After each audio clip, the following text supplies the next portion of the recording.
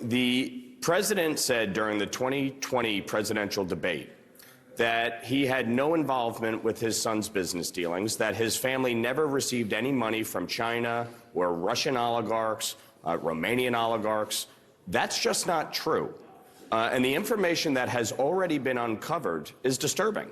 And I think, frankly, folks in the press should be very concerned about what is actually coming out, because it contradicts everything this administration has been saying from the start. Can I just put on the actual question investigation, itself? with all due respect, Sure. with all due respect, $24 million has transferred hands to the Biden family. That is disturbing. From China, from Russian oligarchs, from Romanian oligarchs, and Ukraine. Why are people not concerned about that? I don't understand. There's a couple pieces here. The failure to actually ask serious questions. You're worried about process. Instead of actually asking serious questions about why the president is contradicted by the facts. So now, here's a couple things. To me, the investigation has been ongoing since the beginning of this Congress. Right. Speaker McCarthy moved forward with an impeachment inquiry in the same manner that Nancy Pelosi did. The White House is stonewalling and refusing to cooperate.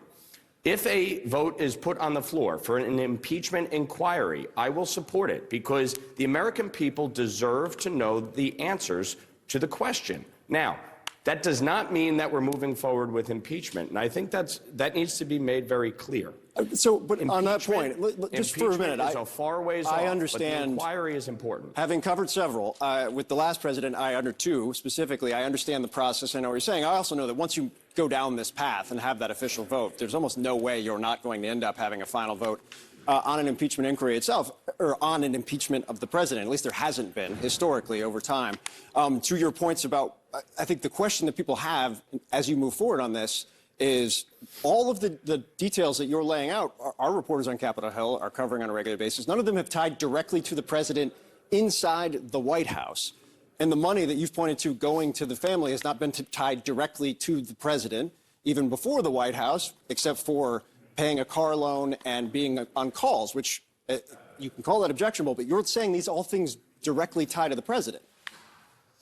Well, with all due respect, you are minimizing what has actually come out. Okay, you have multiple shell companies, over 20 shell companies, $24 million that have transferred hands, including a $40,000 quote-unquote loan repayment, yet you don't have any of the loan documents. You have over 100 suspicious activity reports that banks all across this nation and around the globe were filing. So, with all due respect, to act as though there is not information that has come out that clearly contradicts what this administration and what the president has said about it is wrong. Those are two different things, though. I'm not saying they don't contradict what the president has said. What I'm saying is what if the information has... The issue... Go ahead. The issue is about investigating, okay? And if we didn't investigate any of this from the start of the year, none of this would have come out, because certainly CNN wasn't doing anything to investigate it. So with all due respect, the information that has come out this year so far, in the 11 months that the investigation has been ongoing, is pretty damning and contradicts everything that the president said during the 2020 presidential election. I think our folks have done clearly on stage. One thing I'll say, no, I understand what you're saying. He said very clearly on stage that there was never any money. No. Well, wait a minute. He said very clearly there was never any money that transferred from China to his family. Do you, based on the evidence and the information that has already come out, including bank records, including suspicious activity reports, was the president telling the truth when he said that? I think the answer to that is very clear, and I don't think I'm not disputing that whatsoever. It is very clear that what the president has said has been unequivocal at times in the past, and that has not borne out to be the case. What I'm saying is what some of the members of your conference have said, have drawn very specific conclusions about what specifically went to the president in terms of money that simply have not been proven yet. I do want to ask you one more before we go, because I think it's important.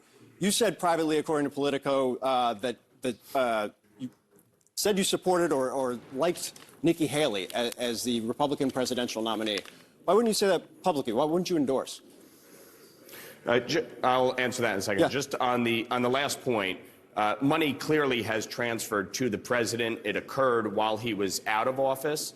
And so obviously that is different from being in office, which is why I say the inquiry should move forward. I am not there on impeachment. I've said that repeatedly.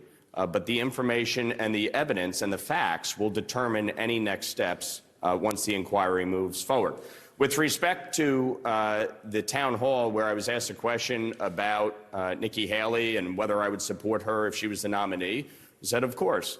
But I've made clear I'm not supporting anyone in the primary. I've not made an endorsement, and I have no intention to. Congressman Mike Lawler. The American people and the Republican voters will determine who the nominee is, and we'll take it from there. Congressman Mike Lawler of New York, we appreciate your time, sir. As always, thank you. Thank you.